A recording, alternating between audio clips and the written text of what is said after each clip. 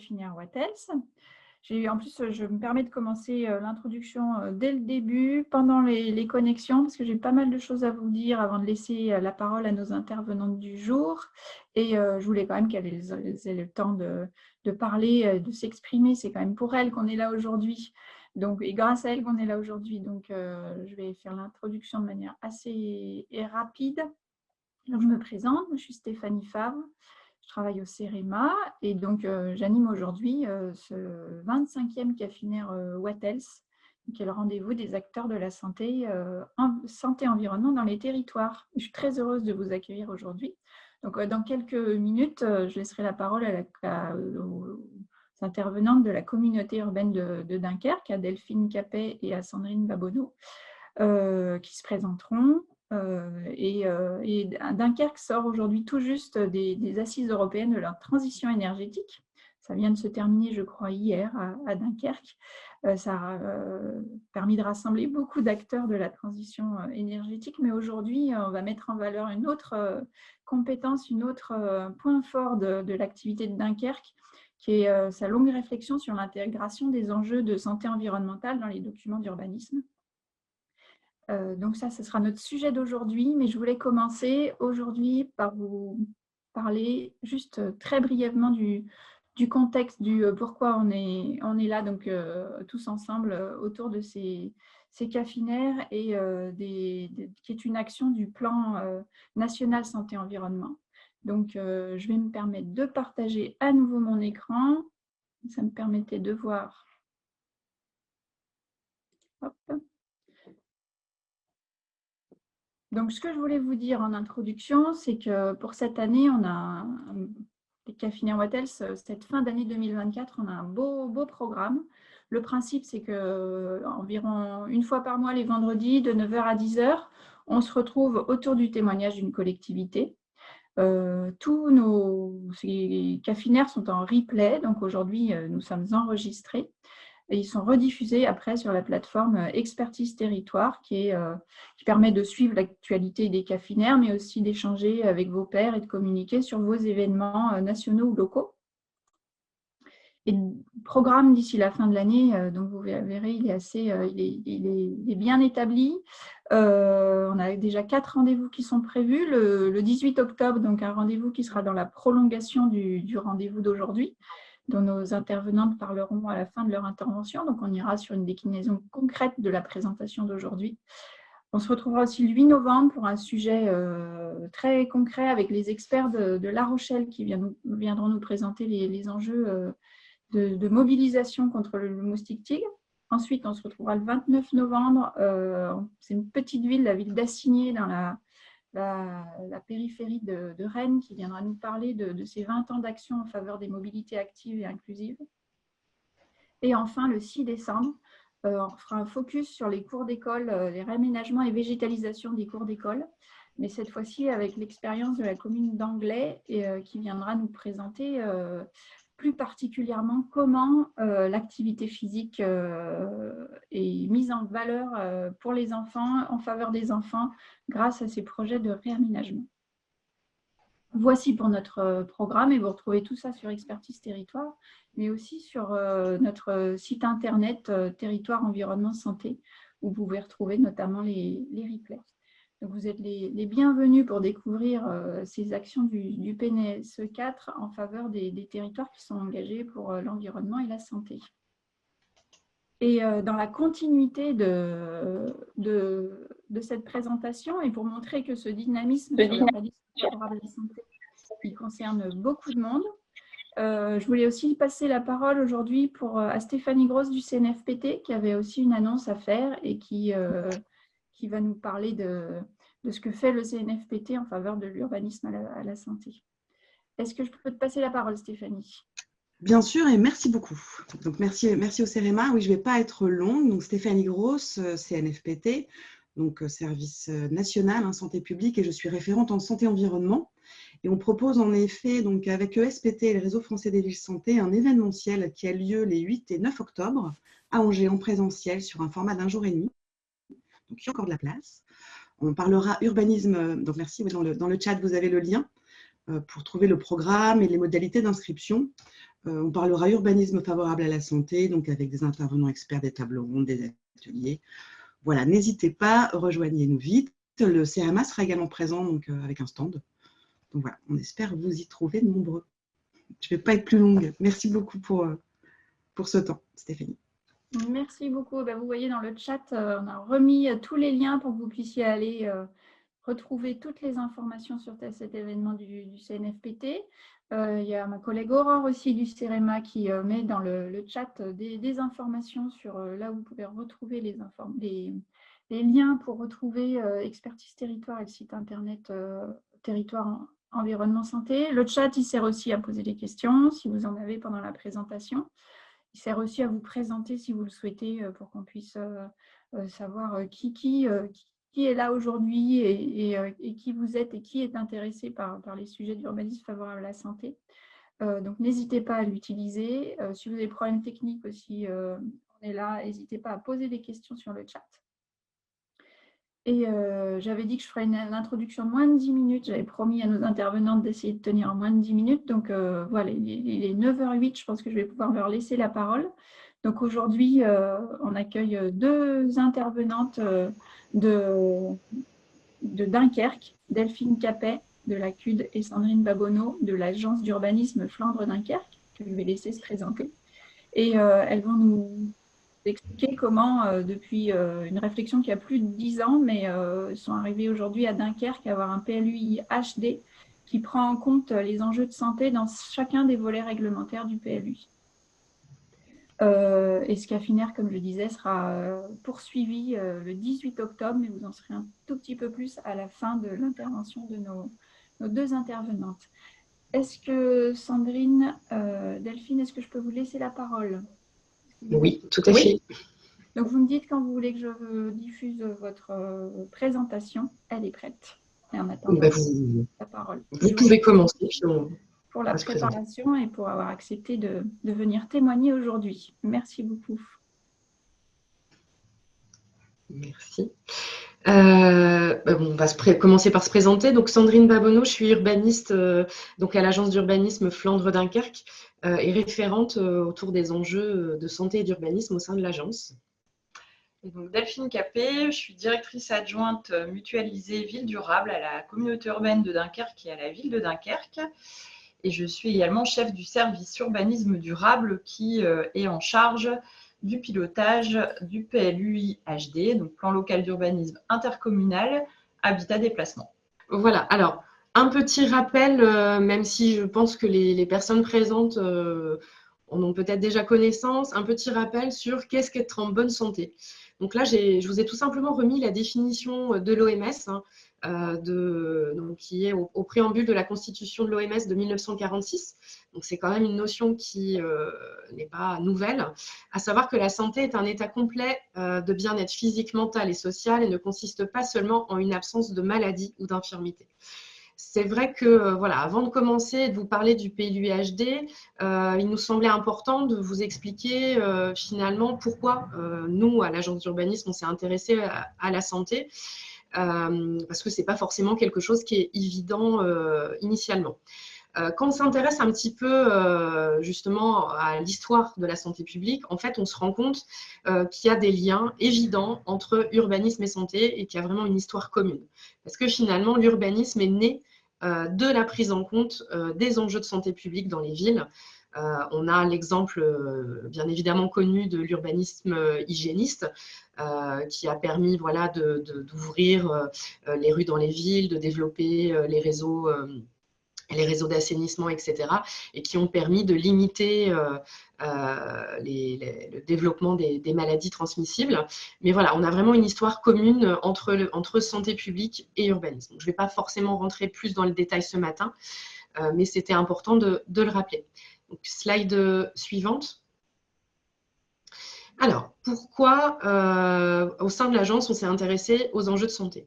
En fait, aujourd'hui, quand on fait la synthèse finalement des différentes études sur les facteurs d'influence sur la santé, on peut dire qu'à peu près 80% de notre santé est impactée par les choix d'aménagement. Si on rentre un peu dans le détail, aujourd'hui, il est à peu près admis, donc les chiffres peuvent varier de quelques pourcentages, mais globalement, 5% des facteurs influençant la santé sont liés aux facteurs biologiques. Donc, c'est la génétique, c'est les spécificités de chaque individu. 15% est lié à l'accès et à la qualité de l'offre de soins. Mais on a 45%, donc ce qui est vraiment le pourcentage le plus important, qui sont liés aux facteurs socio-économiques. Donc, ça va être toutes les questions d'accès à l'emploi, à l'éducation, à des revenus décents.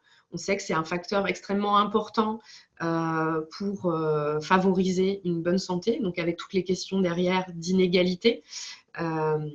On a 25% qui sont liés aux facteurs environnementaux. Donc, ça va être notamment l'exposition aux nuisances, qu'elles soient sonores, visuelles, olfactives, mais aussi aux pollutions, donc pollution de l'air, de l'eau, etc. Mais aussi à la qualité du cadre de vie, donc ça va être l'habitat, le transport, etc. Donc, c'est vrai que si on prend rien que les facteurs environnementaux et les facteurs socio-économiques, on voit bien que ce sont des facteurs sur lesquels les choix d'aménagement, les politiques publiques peuvent avoir un impact.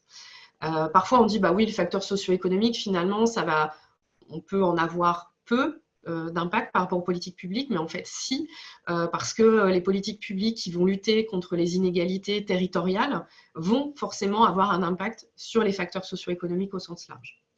Enfin, on a 10% qui sont liés au comportement individuel. Pareil, les comportements individuels, beaucoup de gens disent on ne peut pas forcément changer la manière dont les gens, les choix de vie de chacun, ça reste vraiment un choix personnel. Or, en fait, on se rend compte que les choix individuels sont souvent liés à des choix collectifs. Si on parle de la mobilité, par exemple, et de l'activité physique, on peut difficilement dire à quelqu'un qui pratique peu d'activité physique et peut du coup avoir peut-être des soucis de santé liés à cette absence d'activité physique, d'aller plus marcher ou aller faire du vélo, si en parallèle, la ville ou le lieu de vie où il est ne lui permet pas de se déplacer de façon sécurisée avec les infrastructures nécessaires. Et on se rend compte que finalement, les choix collectifs de déplacement vont avoir un impact sur le choix individuel de la personne. Et donc, c'est pour ça qu'on estime que tous ces 10%, 25%, 45%, donc 80% de facteurs d'influence sur la santé sont impactés par les choix d'aménagement. Donc, slide suivante. Donc, si on rentre un petit peu plus dans le détail, donc là, on s'appuie sur les travaux de l'EHESP, donc qui reprennent les travaux de Barton et al. De 2006, qui permettent de définir les 15 déterminants de la santé sur lesquels les choix d'aménagement peuvent agir. C'est une approche qui est vraiment extrêmement intéressante pour aborder les questions d'urbanisme favorable à la santé, parce que ça permet réellement de rentrer dans un cadre qui permet vraiment de comprendre comment l'environnement, donc le milieu de vie, le cadre de vie, les facteurs socio-économiques et le style de vie sont impactés par les choix d'aménagement, et comment, en agissant sur ces différents déterminants de la santé, on va pouvoir améliorer la santé de la population, sachant que ces déterminants de la santé sont souvent impactés de façon négative ou positive, et en fonction des choix qui sont faits, on va pouvoir minimiser les impacts négatifs ou au contraire maximiser les impacts positifs. Je ne vais pas forcément là rentrer dans le détail des déterminants de la santé, mais c'est pour vous indiquer que ça fait partie des éléments sur lesquels on s'est appuyé pour parler d'urbanisme favorable à la santé. Slide suivante. Alors, pourquoi on s'est intéressé à la santé dans le PLUI HD? Alors, c'est vrai, comme ça a été dit, en fait, on s'y est intéressé il y a bientôt maintenant 10 ans. Initialement, ça a été vraiment la réforme de l'évaluation des plans et programmes ayant une incidence sur l'environnement qui a été un petit peu le déclencheur. Dans cette réforme de l'évaluation d'impact donc de 2012, est apparue l'obligation de décrire les principales incidences sur l'environnement et la santé humaine de la mise en œuvre des PLUI. Et en fait, à l'agence, on s'est dit que c'était peut-être une opportunité pour développer un axe qu'on n'avait pas développé jusque-là sur la santé de la population. Pour ce faire, on a débuté un certain nombre de travaux diagnostiques, donc ont eu lieu à peu près en 2014-2017.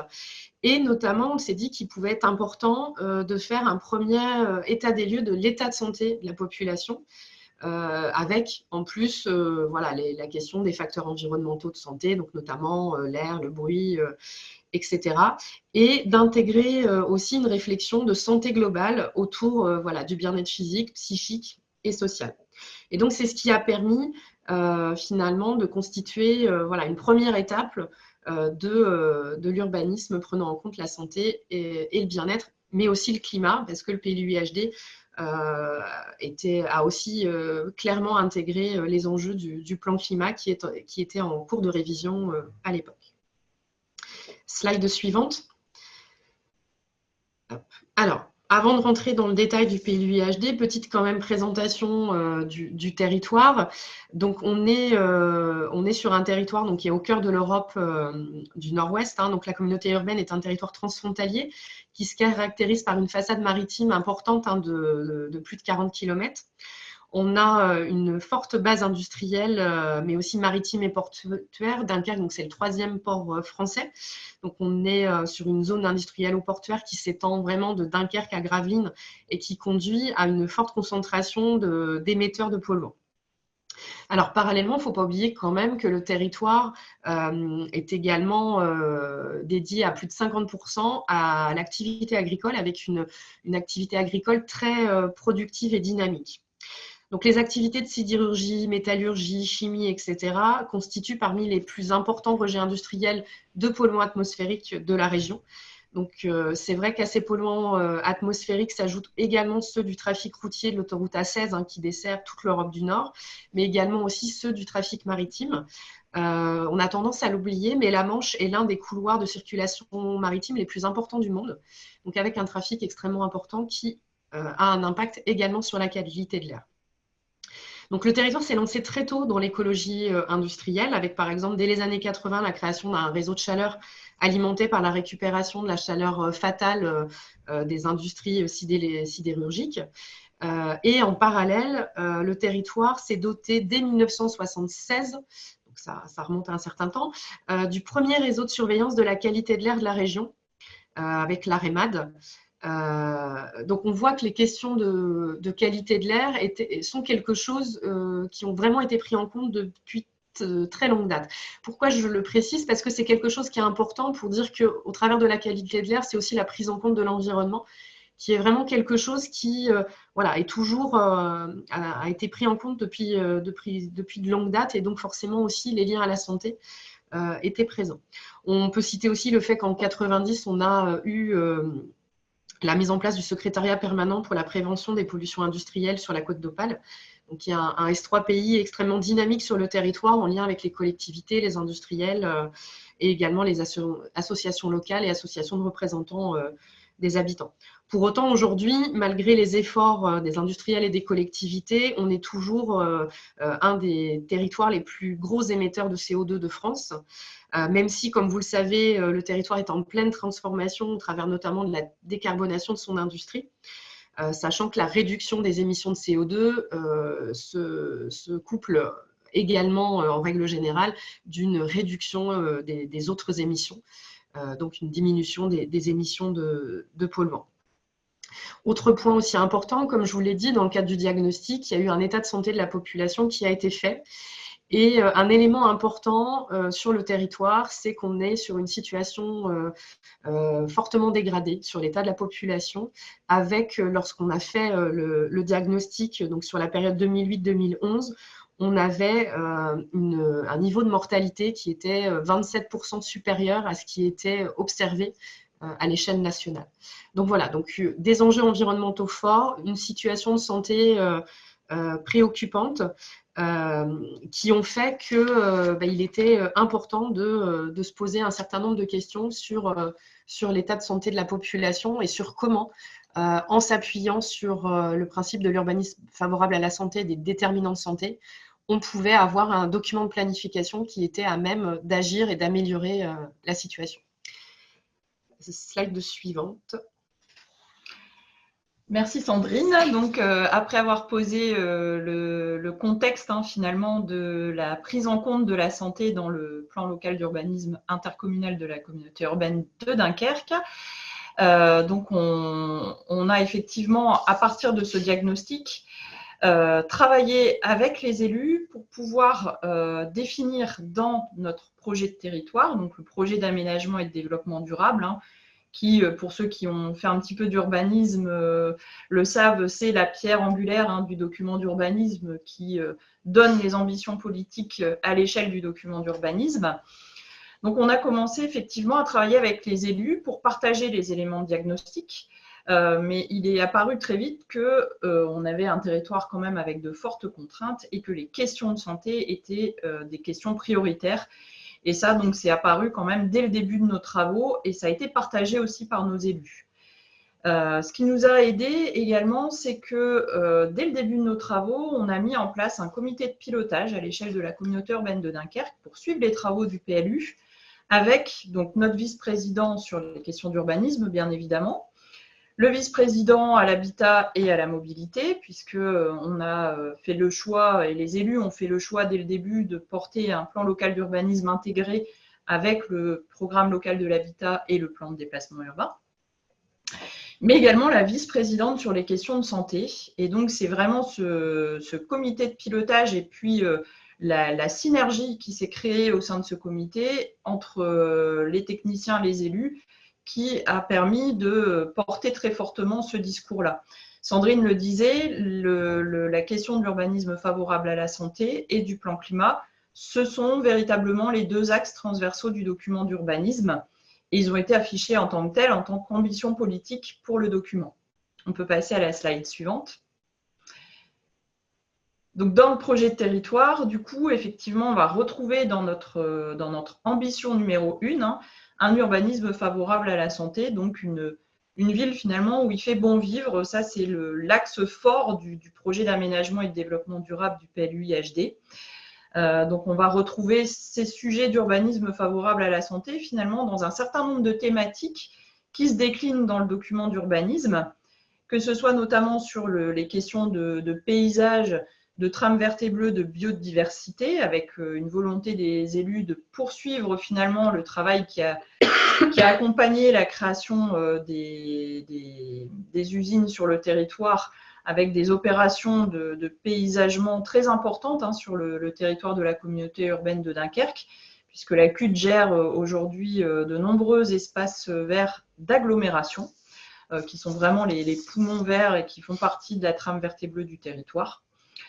Un travail également qui a porté sur la question de la mobilité, et ça, notre président nous a demandé dès le début, hein, finalement, dans le travail qu'on a mené sur le PLU, de placer le sujet de la mobilité au cœur des réflexions et de regarder, finalement, puisqu'on était en train de refondre complètement le réseau de transport en commun et donc s'en est suivi la mise en place de la gratuité du réseau de transport sur l'agglomération.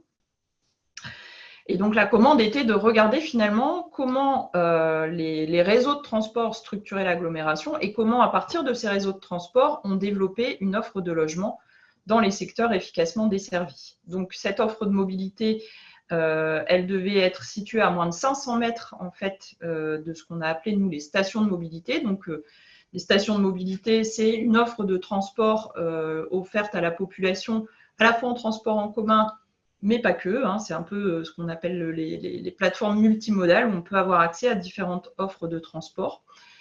Et donc ça a été un peu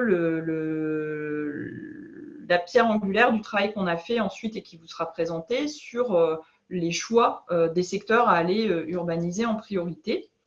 Un travail également qui a porté sur tout ce qui est déplacement doux et déplacement alternatif autour de ces sujets de mobilité. Et puis, évidemment, quand on parle santé, hein, c'est également porter un regard sur le maillage des équipements médicaux, faciliter l'accès aux soins pour la population. On a des sujets sur le territoire d'accès à l'offre de santé, donc avec des médecins qui ne sont pas en nombre suffisant sur le territoire et qu'on essaie d'attirer par toute une politique qui est menée par la communauté urbaine de Dunkerque. Je ne vais pas forcément rentrer dans les détails, mais voilà, donc ça faisait partie aussi des sujets de préoccupation et donc de ces sujets finalement sur lesquels on peut agir à travers les questions d'urbanisme favorable à la santé et à travers un document d'urbanisme. On peut passer à la slide suivante. Donc, le choix qui a été fait pour intégrer le sujet de l'urbanisme favorable à la santé dans le PLU de la communauté urbaine de Dunkerque, ça a été de se dire, on ne va pas travailler sur un document particulier pour intégrer les questions de santé, on va décliner finalement cette approche urbanisme favorable à la santé dans l'ensemble des pièces qui composent le document d'urbanisme. Donc, à la fois dans le projet d'aménagement et de développement durable, mais dans les différentes pièces qui composent le document. Donc, vous les voyez là dans la petite flèche bleue sur la droite, que ce soit les OAP thématiques, sectorielles, le règlement, l'ensemble de ces pièces, et on vous expliquera un petit peu comment on a fait ensuite pour intégrer le sujet de la santé dans toutes ces pièces et décliner finalement dans l'ensemble des pièces qui constituent le document. Donc, la santé dans le PLU-IHD, c'est avant tout 3 axes principaux. Donc, favoriser les comportements de vie sains. Donc là, on va retrouver donc, toutes les actions de prévention, bien-être, d'activité physique, d'alimentation, qui peuvent se décliner quand on travaille sur un plan de déplacement vélo ou un plan marche. On travaille aussi sur les questions d'accès à l'activité physique. L'amélioration des facteurs environnementaux de santé. Donc, Sandrine en a parlé. Donc, c'est notamment tout ce qui va porter sur l'intégration des sujets autour de la qualité de l'air, comment on intègre les nuisances sonores, comment on intègre les sujets de risques. On est sur un territoire industriel, donc avec des risques technologiques, mais on est un territoire littoral, donc on a aussi des risques naturels à prendre en compte, notamment le risque de submersion marine. Et enfin, donc le dernier axe, c'est améliorer l'accès aux soins de premier recours. Et donc là, c'est toutes les questions autour de l'attractivité du territoire, de la démographie médicale ou encore l'accessibilité des lieux de soins. Donc tout ça, c'est décliné dans des politiques sectorielles qu'on va retrouver dans le document d'urbanisme à travers le cadre de vie, l'alimentation, les facteurs environnementaux de santé, le logement ou encore l'adaptation au changement climatique, qui finalement sont des leviers aussi qui contribuent à améliorer la santé de la population dès lors qu'on met les actions en place pour pouvoir répondre à ces différents enjeux. On peut passer à la slide suivante. Donc, je vous le disais juste avant, cette volonté de décliner l'urbanisme favorable à la santé dans l'ensemble des pièces du document d'urbanisme, c'est passé pour nous par un outil.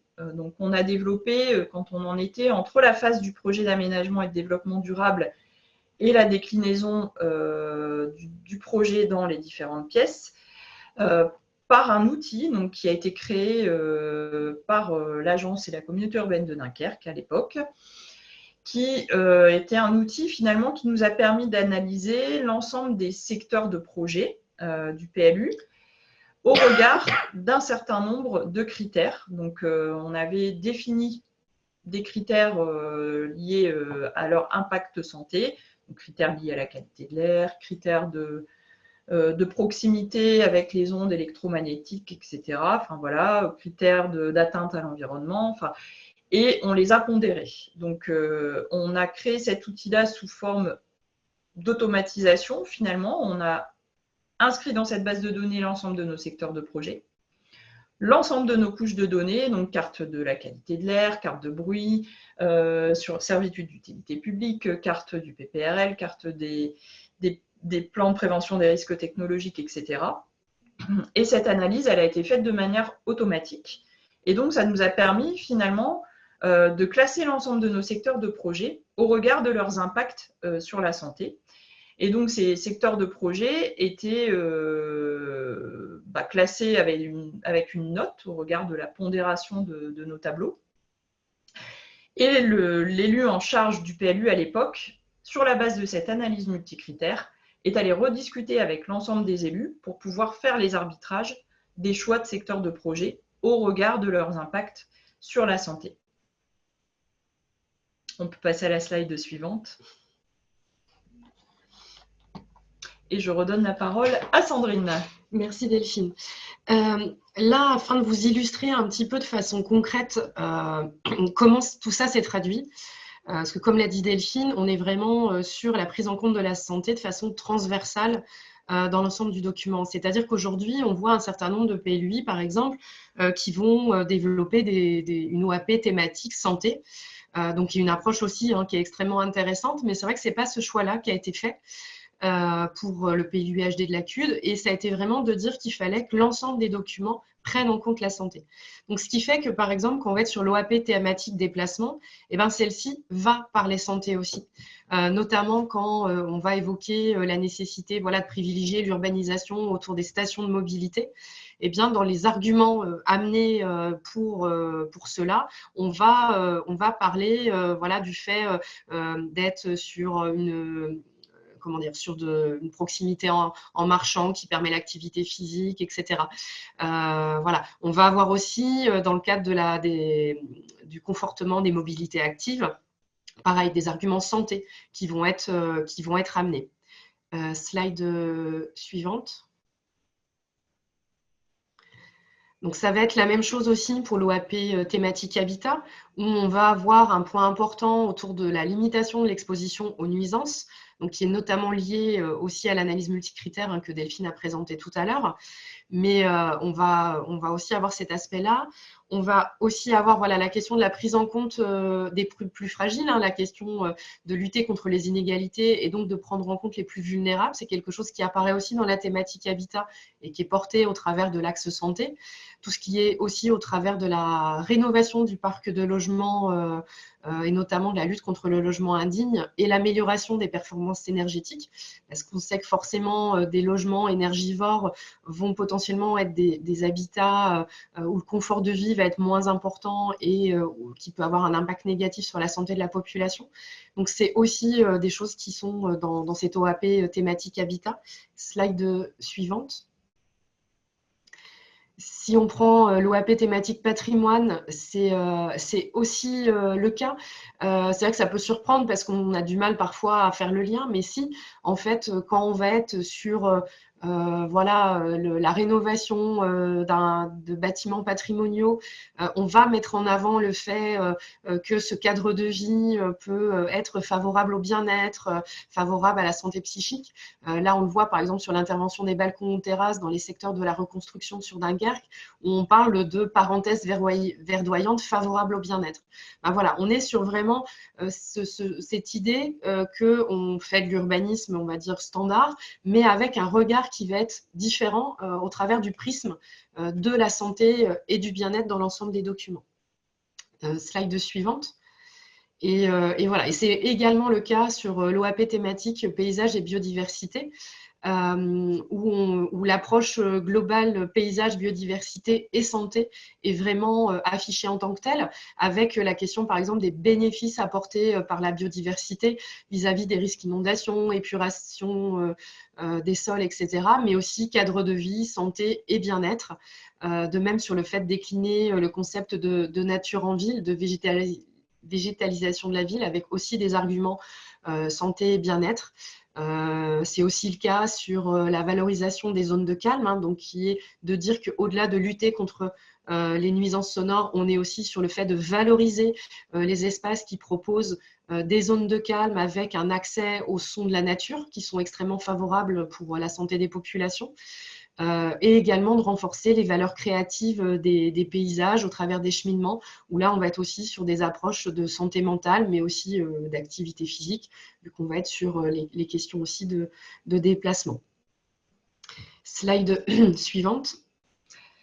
Et donc, effectivement, on a aussi donc, des outils réglementaires qui peuvent intervenir aussi pour pouvoir continuer à décliner ces aspects santé. Et donc, dans le PLUI de la communauté urbaine de Dunkerque, on va retrouver notamment tout ce qui est zonage particulier dédié, par exemple, aux jardins familiaux, où on va avoir cet aspect d'entretien du potager qui peut participer aussi à la préservation de la santé, parce que entretenir un potager, produire soi-même ces légumes, c'est aussi lutter contre le stress et puis favoriser l'accès à des fruits et légumes variés, diversifiés. C'est une dérogation également qui a été introduite dans notre document d'urbanisme pour tout ce qui est dispositif de production d'énergie renouvelable, donc tout ce qui est panneaux solaires, photovoltaïques, éoliennes urbaines de petite taille ou récupération des eaux pluviales notamment, qu'on a inscrit, nous, comme une obligation dans notre PLU pour les opérations de construction neuve ou de rénovation. Et donc sur l'aspect végétalisation, nature en ville, l'introduction également du coefficient de biotope par surface, qui permet finalement de concilier densification et nature en ville en obligeant les porteurs de projets à intégrer finalement cette question de la végétalisation à l'échelle de la parcelle, puisque ça va s'imposer à tout type d'autorisation d'urbanisme. On peut passer à la slide suivante. Alors, pour compléter les propos de Delphine qui étaient vraiment plus sur du réglementaire, c'est vrai qu'au-delà du règlement, des OAP thématiques et des OAP sectorielles qui sont relativement classiques, il y a aussi des démarches complémentaires qui ont été mises en place avec l'idée de pouvoir les développer de plus en plus dans les futurs projets. C'est notamment le cas de la modélisation 3D pour prendre en compte la qualité de l'air dans l'élaboration d'un plan guide à l'échelle d'une opération. Donc là, on a notamment l'exemple, par exemple, de ce qui a été fait dans le cadre du NPNRU sur l'îlot des Peintres à Grande-Synthe, donc qui est une modélisation qui a été réalisée par Atmo Hauts-de-France, avec l'idée que cet outil puisse permettre d'évaluer l'impact du projet et finalement d'ajuster les orientations d'aménagement en fonction du niveau d'exposition potentielle de la population et des habitants et des futurs habitants. Donc ça, c'est des choses aussi qui vont être complémentaires finalement au PLUI, mais l'objectif, c'est vraiment de pouvoir développer ces démarches par la suite. Slide suivante. Donc là, on vous a présenté à peu près l'approche qu'il y a dans le PLUI HD, mais c'est vrai que maintenant, la question, c'est comment ça se traduit concrètement dans les projets. Donc là, je ne vais pas rentrer dans le détail parce que ça vous sera présenté lors du prochain CAFINER du 18 octobre, où on a nos collègues, agences et communautés urbaines, qui ont travaillé à une première démarche d'urbanisme favorable à la santé dans le cadre d'un diagnostic urbain sur le quartier de la Basse-Ville. Et finalement, c'est un premier exemple de comment concrètement, au-delà des principes réglementaires, toute la philosophie aussi de prise en compte de la santé dans les projets, ça peut se concrétiser et continuer à être une thématique qui vient alimenter les réflexions et aussi être utilisée comme outil de prise de décision pour les élus. Voilà, mais donc ça sera le 18 octobre prochain. Slide suivante. Avant de conclure, je voulais juste évoquer le fait que pour pouvoir aussi faire tout ce travail-là, à l'agence, on travaille à sensibiliser et à culturer les agents de la communauté urbaine de Dunkerque, parce que pour faire en sorte que tous ces éléments soient pris en compte, il faut toujours continuer à sensibiliser, à culturer, parce que ce n'est pas forcément une démarche qui se fait de façon naturelle. Donc, présenter les principes de l'urbanisme favorable à la santé, faire des ateliers de travail pour montrer de quelle manière ça peut être fait. Pour cela, on s'appuie aussi beaucoup sur les travaux de l'EHESP et du guide Isadora et des fiches synthèses qui ont pu être faits, mais également des outils qui ont pu être développés par d'autres acteurs, que ce soit l'ADEME, le CEREMA, etc. Slide suivante. Hop. Et voilà, pour conclure, si vous souhaitez, on a aussi, nous, sur notre site internet de l'AGUR, dans la rubrique études et projets, on a une rubrique urbanisme favorable à la santé. On a un article avec un lien vers notre Padlet où on regroupe des ressources de différents acteurs qui sont des ressources qu'on utilise. Et très prochainement, sur ce site, vous pourrez trouver notre prochain cahier de l'AGUR, donc qui n'est pas encore mis à disposition, mais qui va bientôt l'être, sur santé en transition, qui permet un petit peu de parler de l'approche urbaniste favorable à la santé et comment on se l'approprie dans les démarches de l'AGUR. Voilà, slide suivante, mais je pense que nous avons fini. Voilà. Merci beaucoup à toutes les deux pour cette intervention, pour cette présentation.